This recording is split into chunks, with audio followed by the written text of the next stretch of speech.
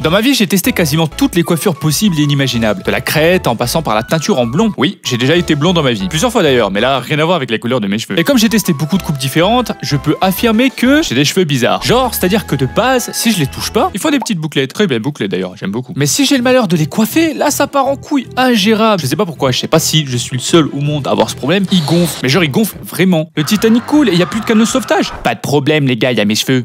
Waouh. Mais le problème, c'est que quand j'étais au collège pour faire la coiffure qui était à la mode, tu vois, ben fallait que je me coiffe. Et là, c'est le drame.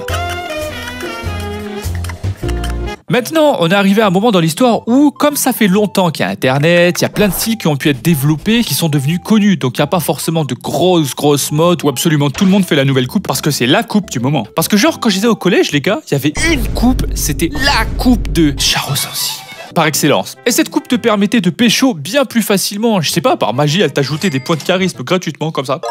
Et cette coupe, c'était... Pardon, c'est les aléas du direct. La coupe au bol de Justin Bieber.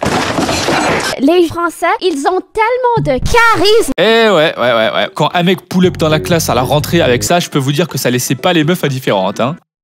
Chienne de vie. Moi aussi, je peux le faire, les filles. C'est pas le balai à chiottes du concierge, ça? Non. Le truc était tellement fort, même les Renois se lissaient les cheveux, bordel, je sais pas si vous captez. Oh mais qu'est-ce qu'il fait lui? Oh!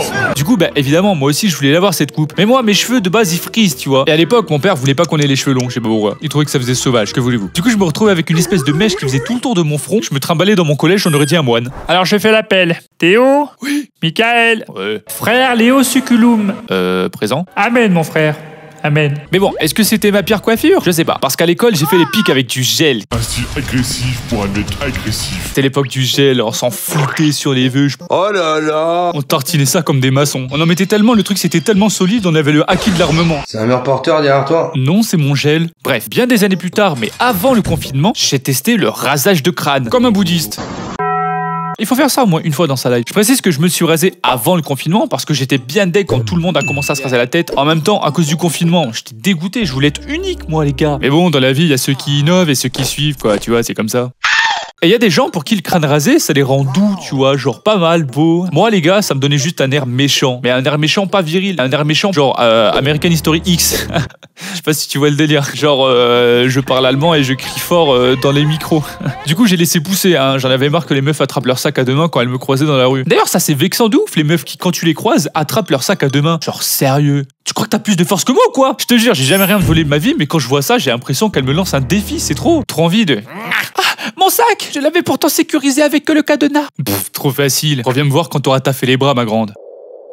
De quoi il parle, ce con? Après, il y a quelques temps, je partais plus sur El Clasico Undercut. Hein, tout le monde le connaît, c'est un indémodable, ça marche bien, c'est pas pour rien, c'est parce que ça claque. Mais j'avoue, plus le temps passe, plus j'ai la flemme d'aller chez le coiffeur juste pour me faire un dégradé. Donc, sur les côtés, je rase tout, je me prends pas la tête, c'est bon. J'ai les cheveux bouclés, de toute façon, ça cache un peu, et voilà, on me fait pas chier. Alors oui, je me fais vanner par les mecs. Le dégradé dégradant.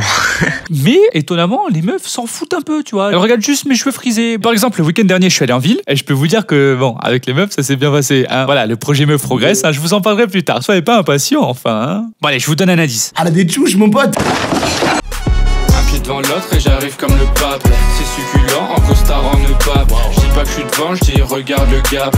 T'as pas compris, c'est encore moi qui rappe.